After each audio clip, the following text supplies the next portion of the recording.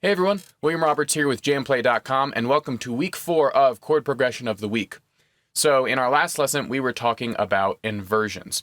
And basically with inversions, we were saying, we can take a chord that we traditionally are always going to play from the root position, right, where we're using our root note in the bass, and we're going to say, okay, well, we have these other notes available to us. What would happen if we put those in the bass? And basically what we all arrived at was that we can use inversions to kind of think about our number system a little bit differently.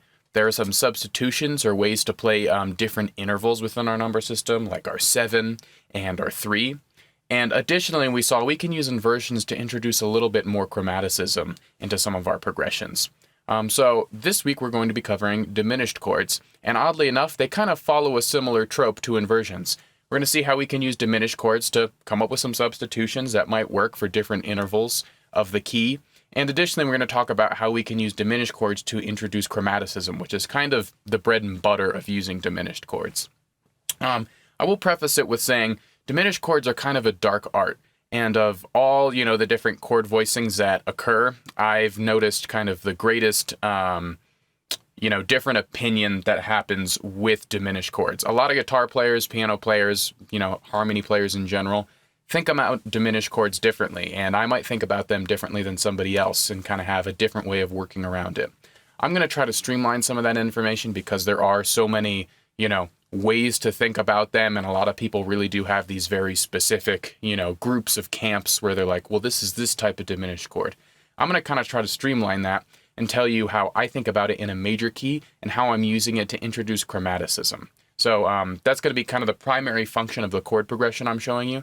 And hopefully when you take it home, you can kind of come up with your own progressions that are using the same methodology that I'm using. So without further ado, I'll play you the progression and then we'll get started.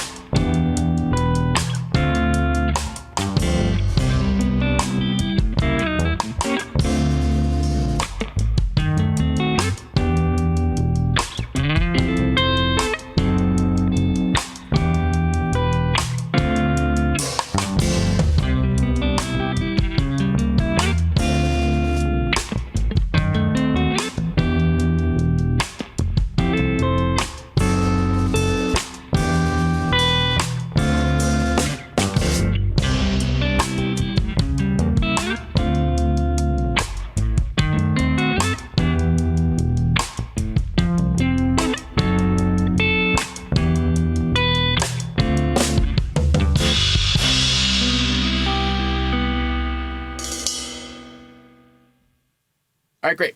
So let's break down this progression. So just as a preface, I'm in the key of C major, and if you need any kind of a refresher, the first lesson is kind of go over all the major key chords, so I'm going to be using a lot of those.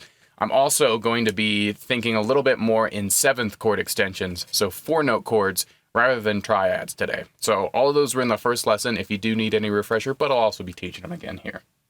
So to start off, I am doing a C major 7. So to do this guy, I have my first finger barred across the 3rd fret on the A string up to the high E string, right? And then I'm using my ring finger here to play the 5th fret of the D string. I'm using my middle finger here to play the 4th fret of the G. I'm using my pinky to play the 5th fret of the B. And then I have the high E that I'm achieving still from that first finger bar. And additionally, something that I often do too is I'm hammering on that pinky and then playing that top string, so I have that little melody that's happening with my chord.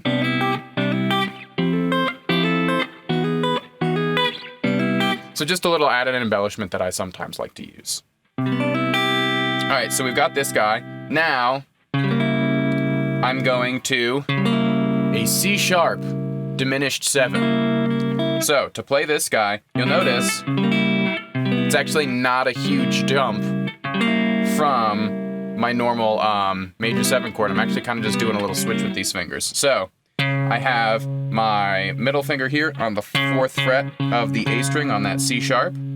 I've got my ring finger here on the 5th fret of the D string, and that's just staying over from the C major 7.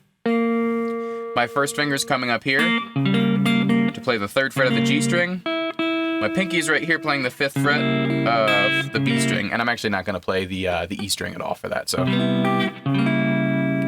that's my next chord, and then what I'm going to do, I'm going to go up to this E diminished, and I'm going to talk about why exactly this is working when I get a little bit more into the theory behind this. But if you look, I'm using the same exact voicing, right? So nothing is changing there. So I'm using my middle finger here, 7th fret of the low A string. I'm using my ring finger here on the 8th fret of the D string. My first finger will be here on the 6th fret of the G, and then pinky on the 8th fret of the B. So far we have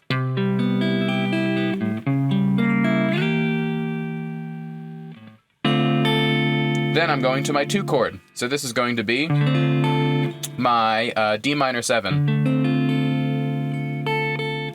So to do this guy, I'm barring across the 5th fret low A string to the high E string. And to achieve that, I'm just using my my ring finger here to play the 7th fret of the D, and then my middle finger here to play the 6th fret of the B, and then the rest I'm just achieving from that bar. So the G string, the A string, and the high E string, all from that 5th fret bar. So we have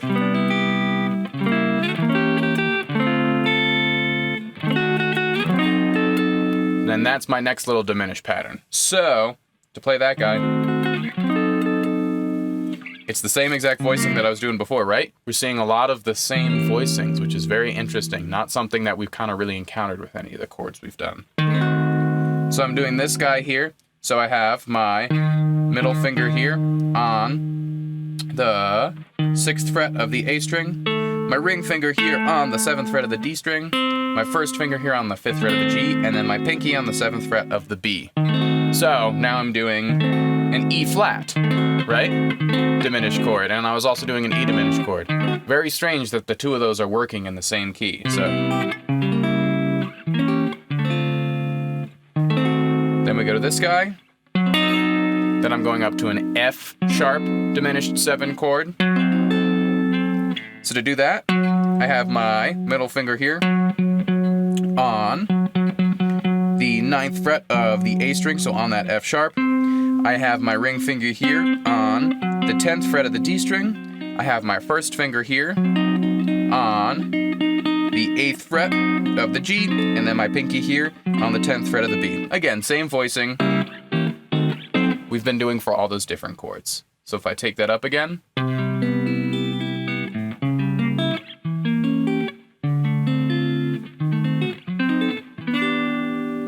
okay. Then I'm just going to my normal 4 chord here.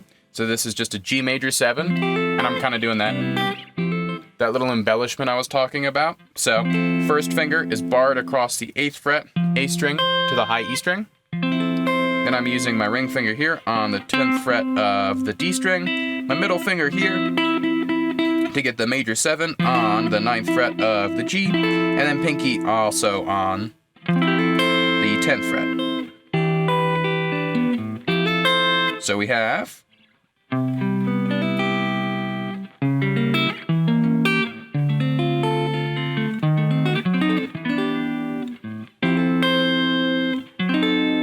I'm going to this guy.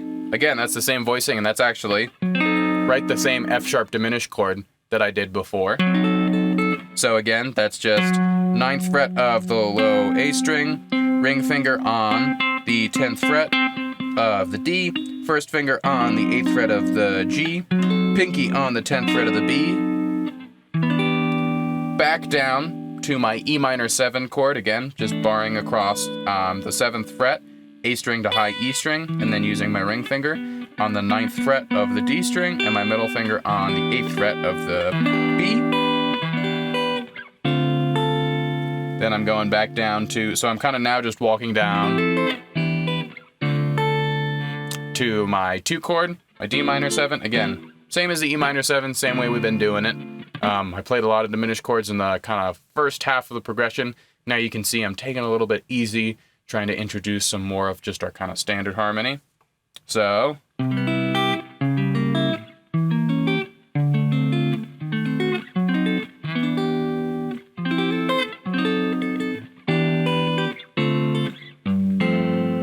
and then this is our last chord. So I'm doing an F over G, and I kind of talked about this before, right? This is a little bit of, it's functioning as my 5 chord, but I'm choosing to use it because it's a sus chord, right?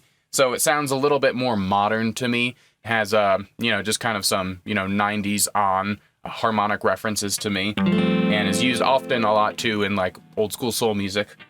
So it just sounds a little more modern and upbeat than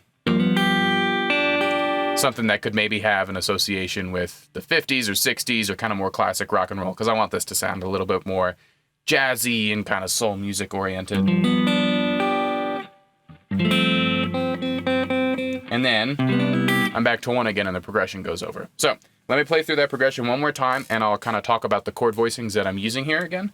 So doing a C major 7, C sharp diminished 7, E diminished 7, and I'll talk about how I'm thinking about that, because I'm not really thinking about that as E diminished 7, but that's for a different time in the lesson. So, C major 7, C sharp diminished, E diminished, D minor 7, E flat diminished 7, F sharp diminished 7, E minor 7, G major 7, F sharp diminished 7, E minor 7, D minor 7, F over G. So, probably thinking to yourself, that was a lot of diminished chords, and we were using the same exact voicing for each one of them, which is really weird because we don't really have that with our other chords where we can kind of use all these things that are just a half step away. It's very bizarre. So, let us now begin the kind of dark art of explaining the theory behind diminished chords. So like I said, there's a lot of different ways we can think about these guys, and a lot of people have different ways of how they approach diminished chords or kind of conceptually treating them, but I'm using a couple different methods and a couple different facts about diminished chords to come up with the progressions that I use. So, the first thing that I want to talk about is I just want to show you 2 different versions of a diminished chord that will occur. So, I'm choosing to use, like I said, I'm thinking more about 7th chord extensions. First, I just want to show you a straight up triad that I would use for a diminished chord. So let's take that C sharp, for instance, that we were first doing. So if I just wanted to do the triad, I could do this voicing right here, where I have my first finger on the 4th fret of the low A string, my my middle finger here on the 5th fret of the D string, my pinky here on the 6th fret of the G, and then my ring finger here on the 5th fret of the B, right? And so the 3 notes that will occur in this triad are my 1, my flat 3, and my flat 5, right? So it's almost like a minor chord if I flat the 5, right? And additionally, something that I can do is just use this kind of more spread voicing where I don't necessarily use the pinky because that's just playing the root again. Or more often than not, if I'm playing something that is a little bit quicker and I need to quickly hit a diminished chord, because this can kind of be awkward to hit fast, I'll actually just play that tritone, because a lot of times that can imply the diminished chord. So, this is my triad version of the chord, and then, right, this was my diminished 7 chord. So, the intervals of the triad are 1, flat 3, flat 5. So what are the intervals now of the diminished 7? So that's 1, flat 3, flat 5, double flat 7, which is just kind of a weird theoretical conundrum that we get into, which basically is the same thing as our major 6. So if we were to play a half diminished chord like we had in previous lessons, it's our flat 7, right? And you can see I'm still using that flat 3 and flat 5 in this chord, but I'm playing a flat 7. Well, for a fully diminished chord, we need to play a double flat 7, and that's why we're calling it a double flat 7 instead of a major 6, is because we're using the same thought process in creating this chord as we do creating other 7 chords that exist within a major key or any sort of key, right? So that's why we're calling it a double flat 7. It is kind of a weird synonym that happens and something that seems maybe slightly counterintuitive, but that is kind of the methodology behind it. Because it is a 7 chord, right? It's a diminished 7. We do want to have the interval described as a 7. So that's why we call it a double flat 7. So something interesting to note about this chord, so now we've talked about kind of the ingredients, how we can create a diminished triad or diminished 7.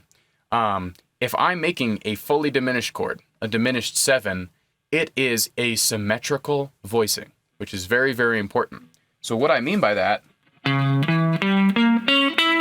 if I was to play just the arpeggio, the way that I construct this chord is I just go up in minor thirds, right? So it's symmetrical in that way. The interval between each of the individual notes of the chord are all the same. They're all minor thirds. So why does that become important? Well, something to note about diminished chords, so I'm going to say another kind of little theoretical thing and explain what it means, is they have limited transposition. So what does that mean? If I had a C major chord, and I was to take this same chord and just kind of move it up my entire guitar, I would never encounter the C, G, and E note, right, that are happening in it again. And I'm not just talking about in that order. I just wouldn't encounter that same exact grouping of notes if I was doing this voicing. What happens with diminished chords is they're symmetrical, right? So what that means is every single inversion is going to be the same exact position on guitar. So when I talked about this chord and I said, if I want to go from C major, or actually let's do it in C sharp so it's more similar to what we're doing. If I'm in the key of C sharp major and I wanted to do the first inversion, right, where I put the third on the bottom, my voicing is different. If I'm doing a diminished chord and I want to go to the first inversion, the voicing is exactly the same. So that's a really, really useful thing for us, especially on guitar, because it will only occur like that on stringed instruments. Obviously, theoretically, it still applies to piano, but because it's not a stringed instrument, they're still going to have to do different fingerings for each one of those guys going up. But on guitar, that's really, really useful because we know if we have the same voicing for each one of those different inversions, I can actually kind of go up those quickly and create this tonal sound. So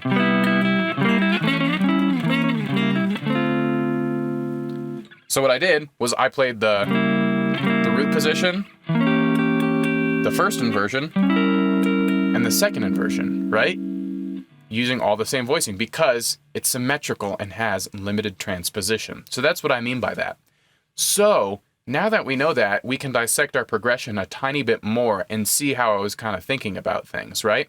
So I was at my 1, I came to this guy, and then I was just playing the inversion here, right? So that's why I was able to kind of go up here and go back to our D minor. Same thing when I was right here, right? And again, I can even play that same exact progression, but now let me go up and play the second inversion too, for kind of an even more modern or, kind of busy sound. So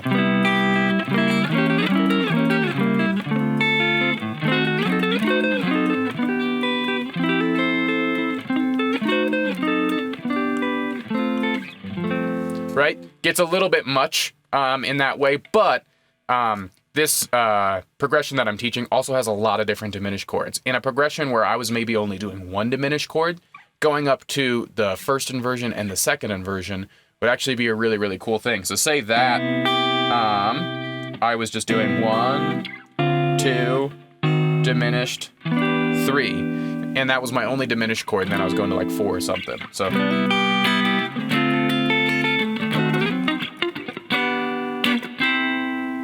now going up all those different voicings sounds a little bit cooler because I don't have as many diminished chords, so I can take a little bit more liberty with that. So we know this fact. It's a really, really useful thing, right? Because, like I said, if I get to use the same voicing everywhere on the guitar, I'm a happy person because I already have that voicing fingered and I can kind of scoot around pretty easily on that. So now let's think about how I'm using these diminished chords within the progression. So like I said, when it comes to the number system, a lot of people have different viewpoints on how they're thinking about it. I'm primarily viewing a diminished chord this way. I'm saying I'm going to use it as a passing chord. Okay, so that's going to be my number one thing. And let's think about what a diminished chord does when we're just normally in a major key. So I know, like I said, we're using a fully diminished now, fully diminished 7, and typically we use a half diminished in a major key. But for today's purposes, let's just talk about how we use a diminished chord in a major key, right? So it's our 7th degree. So if I was in the key of C major, and when we play it, it functions a lot like our dominant chord, right? So what does our dominant chord do? Our 5 chord. Basically, when we land on our 5 chord, what our ear is telling us and what the harmony is telling us is, this sounds like it is not resolved. And you need to bring this to some place it does resolve, right? Like if I played 2, so let's say I'm in the C major, so I'll play my 1 chord, I'll go to 2, I'll play my 5 chord. If I just ended there, that would be very, very painful to all of us, right? Because we want to hear that resolution back to the 1. Our diminished chord does the same exact thing, right? And it's a half step below our root, right? If I just ended on, that would not be pleasant for anyone.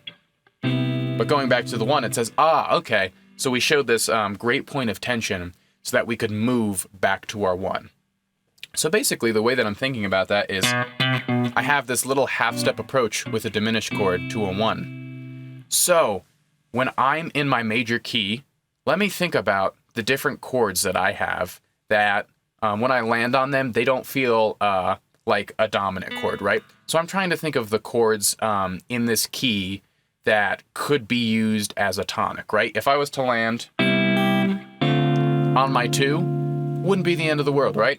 My 3 wouldn't really be the end of the world. My 4, it's really the 7 and the 5 that are kind of difficult. So I don't want to use a diminished chord to approach to those because those already have a function of a diminished chord, right? They're already giving me attention. I can, now that's again just what I'm doing for the purposes of the way that I'm thinking about this and how I'm going to show you how I can organize them within the key. You definitely can do that. But for our purposes, I think the concept will look a little bit better if we say we're just going to use diminished chords to approach chords that, are consonant or, don't really have a dominant function in our key. So with that being said, what I'm basically doing is I'm saying I'm going to use a diminished chord to approach every chord in my key, which will introduce chromaticism and will also have this feeling of like introducing a tonic. So what I mean by that is if I was to play my 1 chord and then my 2 chord, that sounds fine, right? Nothing wrong with that. When I play my 1 chord though, with that little diminished thing, now all of a sudden, for me, it sounds like the 2 chord, it has the feeling of like when I go back to the 1 chord, right? Because I'm connecting it to how I use diminished chords in the key, right? So just to reiterate, I can use my diminished chord normally to go back to my 1 chord, right? So every time I use a diminished chord that is a half step below a chord, what's happening in my brain is it's connecting it to that piece of harmony and saying, oh, okay, that's just like this. So every time I'm approaching from a half step below, I'm now going to kind of a tonic-y chord, right? So that's why when I'm playing a progression like this, which is great, none of these chords really, to me, they don't sound particularly, like they have as much tension as a dominant chord or as a diminished chord in that they want to resolve. But they don't sound like, like I'm kind of going home, that feeling of hitting the 1 chord. When I introduce the diminished chord, I'm introducing a lot of tension and then resolving it back in a way that feels like, okay, that kind of feels like it could be a 1 chord.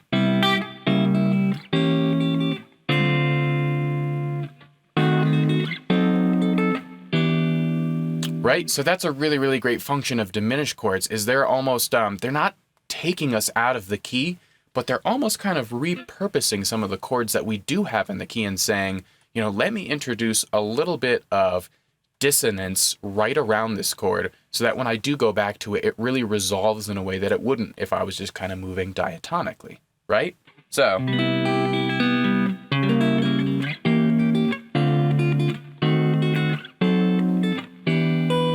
Another great thing about this too is I'm introducing chromaticism, right? So just like we talked about, inversions were really cool because I could think about, you know, creating a chromatic bass line, which is always something that can be really, really interesting.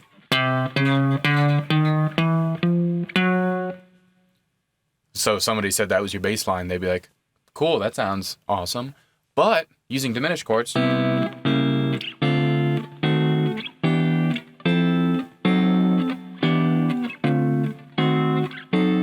you know, there's kind of endless possibilities with it, especially now that we have this little diminished function too, or I can go up the inversion. So another really great thing about that too is if I want to find a way to get to, let's say, the 4 chord, now I've got this and I'm on the 1 chord, and obviously I can go, you know, 1 to 4, which is fine. I can actually use that diminished thing to get up to the 4, right? Because now I'm approaching it from right here, so I'm going. Now there's a whole new way to approach 4, which has this kind of refreshing sound to it. So, like I said, the way that I'm going to say, let me put some diminished chords in my major key is, we can think about it in a bunch of different ways, but what I'm going to say is, all right, let's take all of the chords that are in this key that don't really have a dominant function. So I'm basically excluding the 5 chord and the 7th chord, right? So I'm going to exclude those, but for every other chord, I'm going to say, let's use a diminished 7 or a diminished triad to approach it from a half step below. Okay, so I know that was kind of a mouthful. Let's go over that. So that means for every chord that isn't a dominant chord or a diminished chord, so my 1, my 2, my 3, my 4, not my 5, right? My 6, not my 7, right? So that's 1, 2, 3, 4, and 6.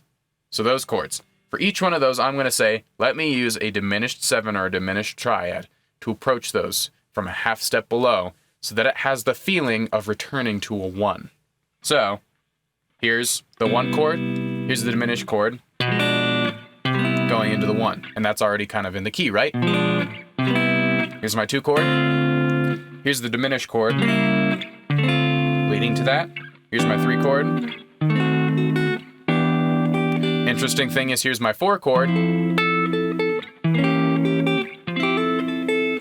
now I actually have kind of a cool substitution, right? For my 3 chord, I'm using a diminished chord, not the minor chord to get to it, so I have a whole new way to approach my 4. So,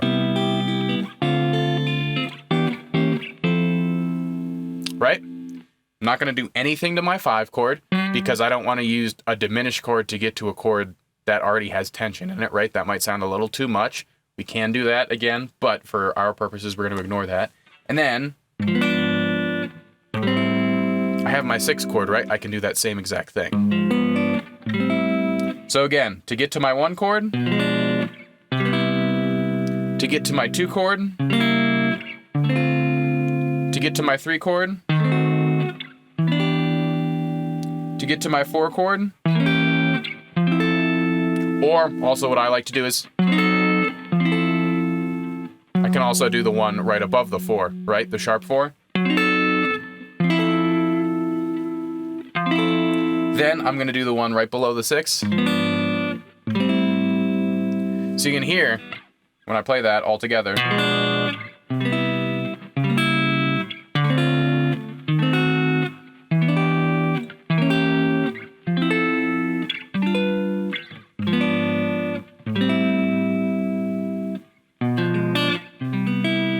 you know, it has that feeling, like I said, of returning to the 1 every time I'm going to a different one of these chords.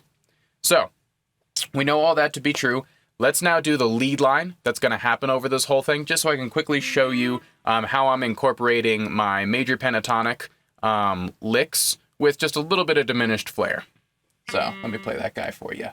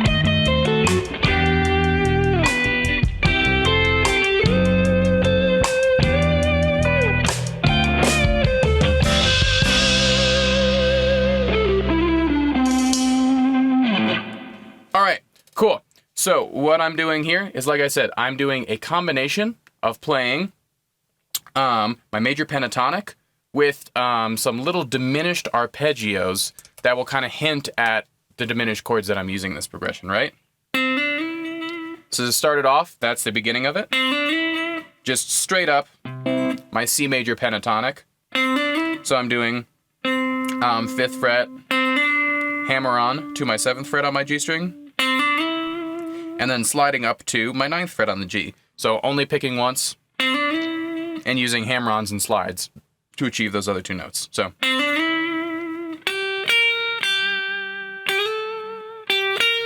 now I'm introducing a little bit of that diminished tonality, right? I'm in C major, but I'm playing B flat, which isn't in the key. It's something that's kind of sitting with that first diminished chord, so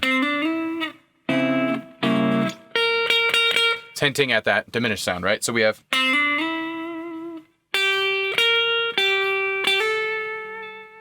I'm doing 8, 11, 8, 10.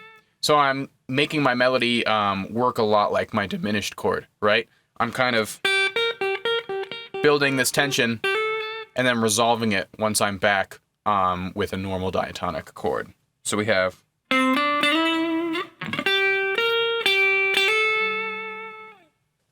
all right, and then so now this is where I'm really laying in on that diminished arpeggio. So to play that guy, I'm doing the 11th fret of the high E string, playing it twice, then going to the 8th fret of the high E string, then doing the 10th fret of the B string,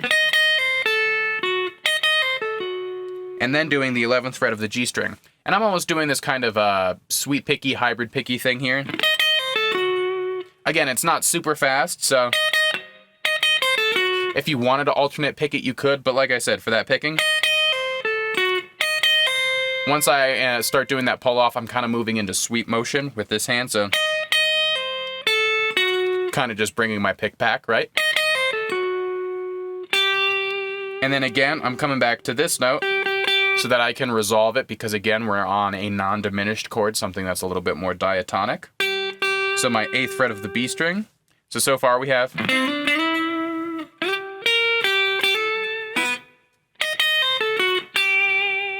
and then I'm just going to kind of keep it major pentatonic and take it home. So similar thing to how I started it. I'm going 8, 10, 8, and then sliding from 10 to 13. So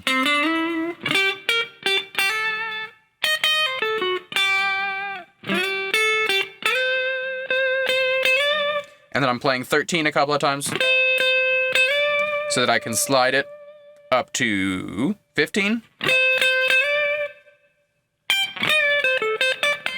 And then just kind of doing like a classic, you know, ballad solo or country lick here.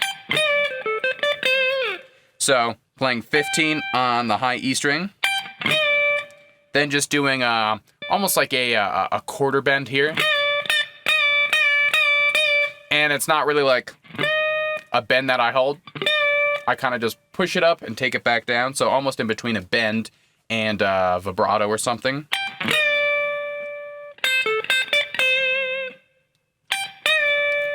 "13, 14 on G, 13 on B, 15 on B, and back down to 13 on B. So, like I said, just like with my my chord progression, I was using a lot of diminished chords in the first half of it, and then I was kind of just being diatonic at the end of it so that it didn't sound too cluttered, trying to reflect that again in the phrasing of this melody. I want to imply that diminished stuff at the beginning, but then I want to make sure it's kind of classic and nothing too crazy at the end, so it still feels like it can be a melody, and I'm not trying to, you know, insert too much or do so much within all these bars. So, play through that one more time.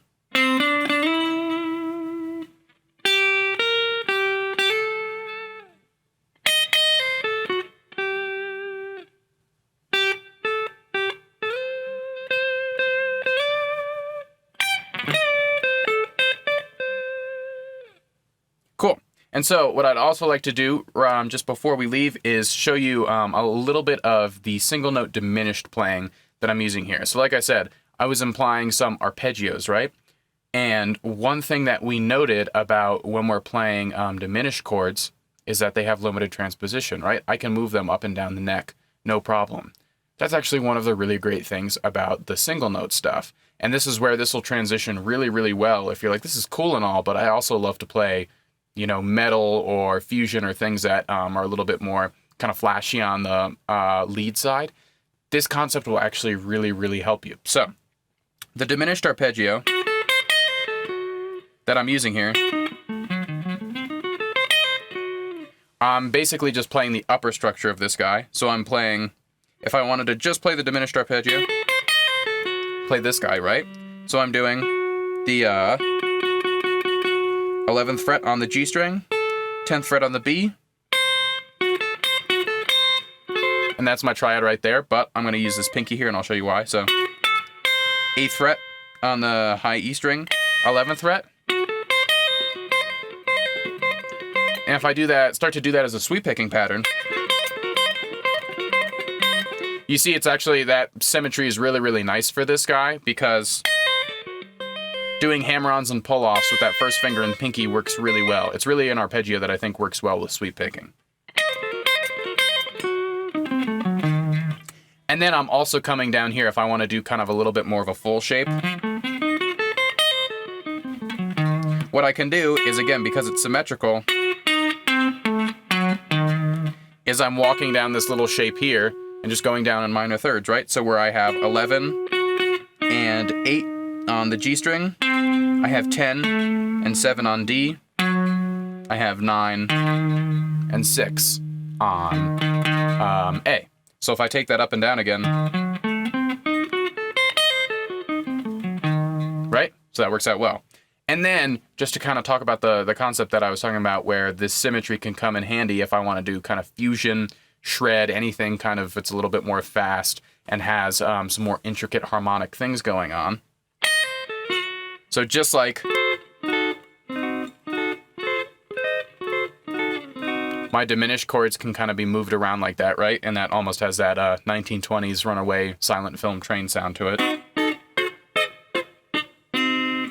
So just like I can do that, this little arpeggio that I learned, that I think is pretty ideal for sweep picking, actually works really well doing that same exact thing, right? So just like moving a chord that's the same exact fingering up and down the fretboard is kind of easy because we're already in place for that. The same thing applies to a diminished chord. I'm basically just going up and doing different inversions of it, but with the same fingering because it's symmetrical, right?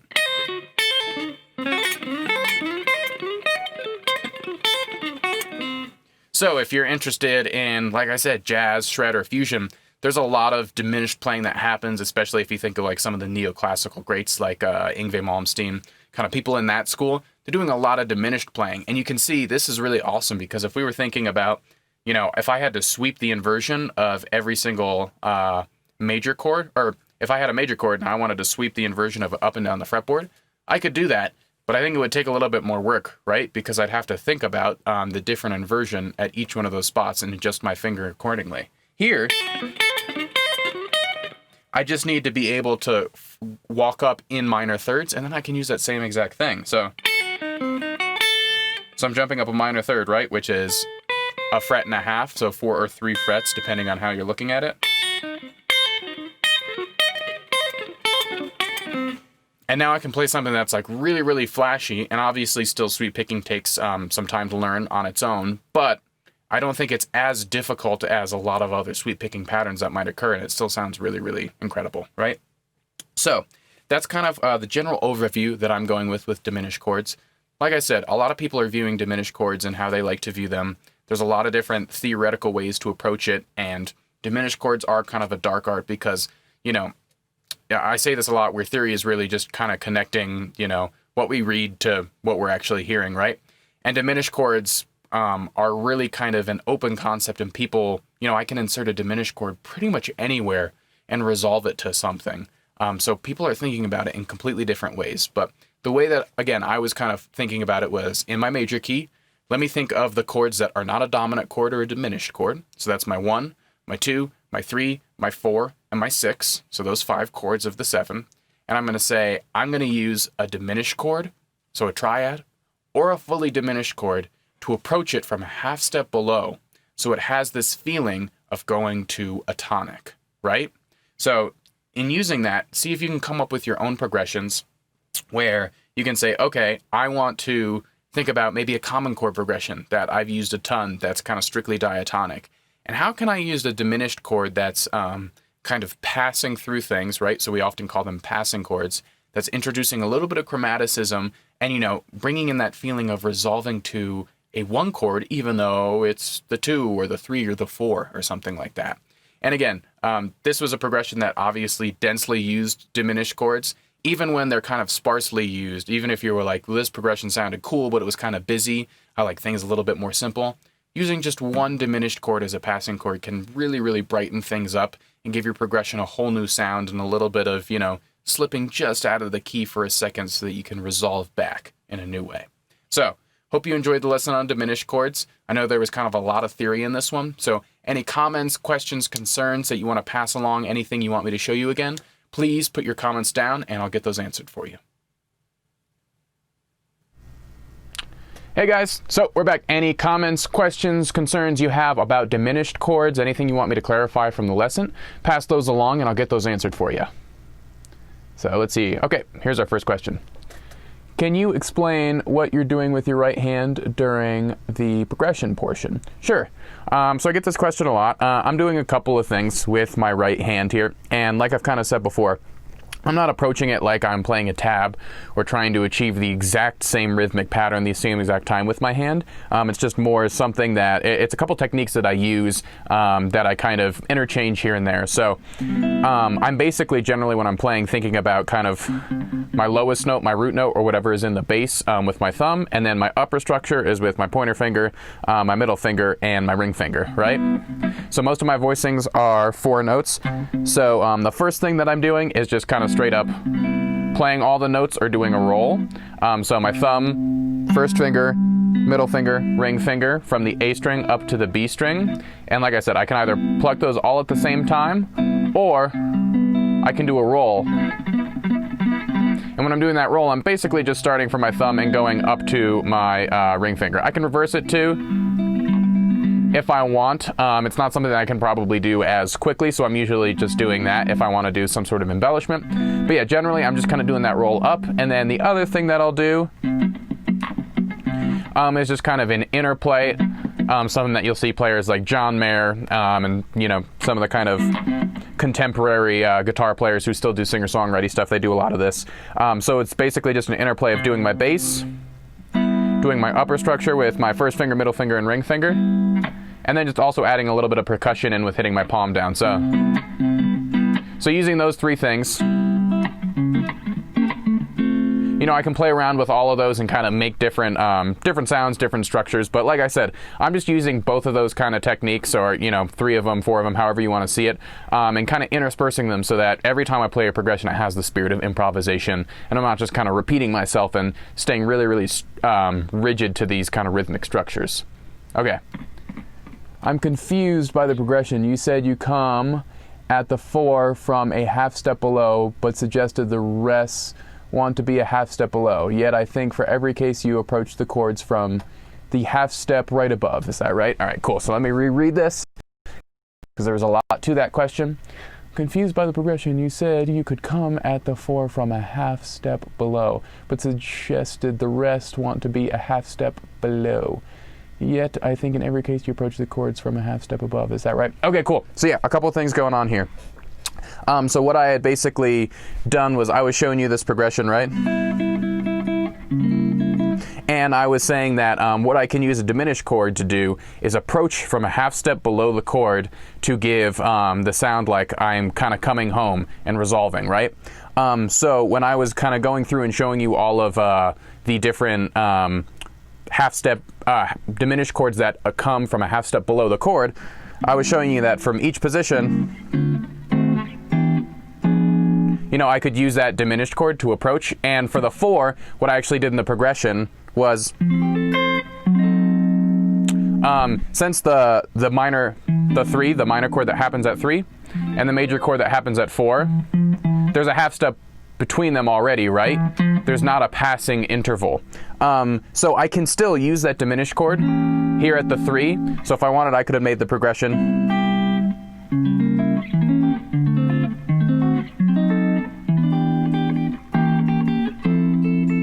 Right? I'm not particularly in love with that sound. You might be in love with that sound and you could definitely use it. Or if I wasn't using as many diminished chords, that's something that I could have done. But generally, I'm kind of avoiding making that one right below the 4th, a diminished chord, just because I already have a chord, right, that's already right there, that's within the key. So a lot of times I will kind of tend to try to put diminished chords wherever there's more than a whole step or about a whole step between the notes, because a lot of times I think that works well because we're introducing a note that's not within the key. So like I said, you can do whatever you'd like with diminished chords, and you can use it as a general concept of, if you want to have that feeling of going to a 1, try approaching any chord within your key from a half step below. Like I said, I generally tend to try to do that if there's only a whole step between the notes. That way I kind of have a really cool passing chord sound, and I'll also tend to avoid going to, you know, the 7 or the dominant chord, because those in themselves already want to resolve. So if I'm trying to make something sound like a tonic, a lot of times I want to go to a chord that doesn't already have some sort of dissonance or tension within it. Okay. He meant, let's see, half step above the 4th. So here, looks like there was a clarification on that question, so maybe I can clarify the answer. You said you could come at the... approach the chords from a half step. Okay, cool. So, and also it looks like we have a little clarification too on that question. So, also talking about the half step above the 4. So, within the progression, yes, I was doing a half step above the 4 too, right? To resolve back down to the 3. So, and the reason I was kind of doing that is because if you notice, between my 3 and my 5, I actually have that whole step. So there's a note that's not being utilized. Additionally, that's also the tritone, you know, which is a really, really famous interval, and we often put a diminished chord at this place, right? I'm choosing not to actually go up to the 5 because I'm just using a straight dominant chord. And like I said, I don't really want to go right into a dominant chord from this one. I'd kind of like to use this to resolve back down to the 3. So again, that's just a stylistic choice I'm using. And again, I'm doing that because I do actually have, you know, a free note that's in between my 4 and my 5 that I can use as diminished.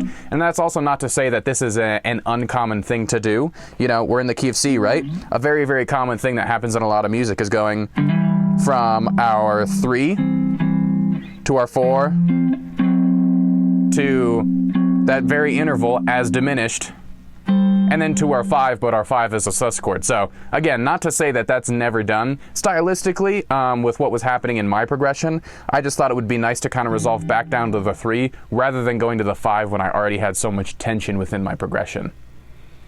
Okay.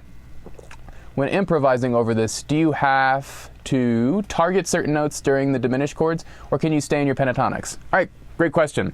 So the awesome part about this is the diminished chords are passing chords, right? So you'll notice I'm not really trying to emphasize them, or I'm playing them on weak beats. So you have a couple of options. If you want to, you can highlight the diminished chords. I think it can sound really cool. I think if I was to highlight every diminished chord very blatantly with that same arpeggio, it might almost go into kind of a cheesy territory.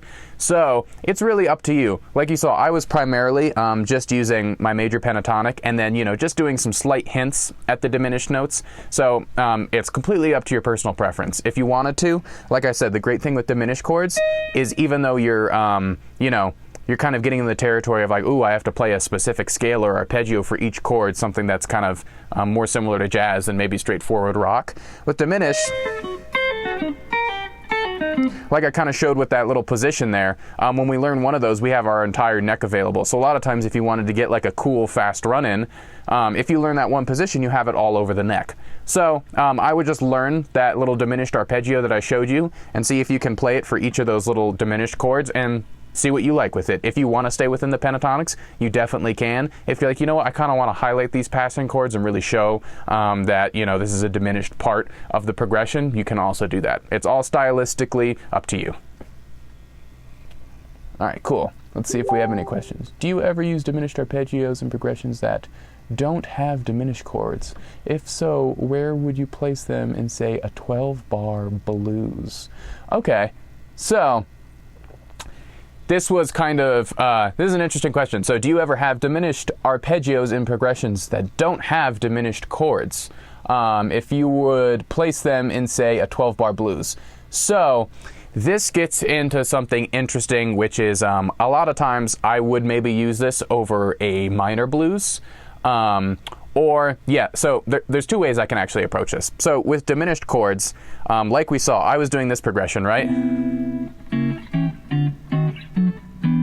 And those diminished chords, if I had to play that exact same song and I just went,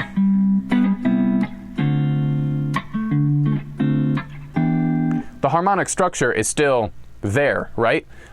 So a lot of times if I'm a lead player, I can do that same exact thing where I can say, I think it'd be really cool to add some passing tones, and I'm not going to require the pianist or, you know, the rhythmic guitar player to put those diminished chords in, but I can highlight at them so that it's kind of implied. So to get at that question, all of these diminished chords I'm playing in a way, like if I was just playing a really straight up progression that didn't have any diminished chords, I could play that same exact line, and to your ear you would go, okay, I know, you know, kind of what's going on. There's diminished arpeggios that are happening within the weak part of the beat that are leading into the next chord. Additionally, over something like a blues, so I said I might use this over a minor blues. That gets into kind of a strange territory, and this is pretty theoretical, but like if I was in the key of G minor and my 5, I chose to use that kind of altered chord that we talked about. So if I'm in the key of G minor, this is my 1, this is my 4, and then my 5. I was doing this kind of altered arpeggio, this sharp 9 sound. Basically, what I could do is I could use a diminished arpeggio to highlight that. And the reason that happens is because within an altered chord, there is a diminished chord, right? So 4, and then if I went to 5, so I'm using the diminished chord to actually highlight that, and that kind of gets into some substitution stuff and how a diminished chord can be related to an altered chord. But mainly, the important thing to note there is, like I said with our first progression, even if it was really kind of standard 1, 2, 3, 4, 5, I can use those diminished notes to highlight, you know, kind of at the weak parts of the bar that I'm going into the next chord, but I still want to introduce just a tiny bit of tension. All right, so let's see. I think we got a couple questions. Do you ever use diminished arpeggios in progression? Okay. So in this progression, you went from C sharp diminished to E diminished, then D minor, but C sharp diminished would be the half step below D minor, or is the first inversion. Okay, cool. So here, let's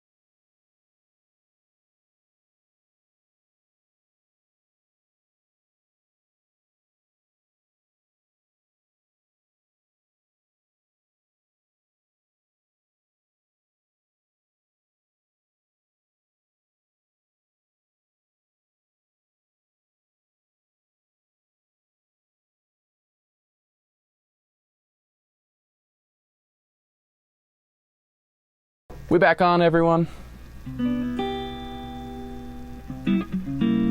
Let's just make sure. Okay, cool.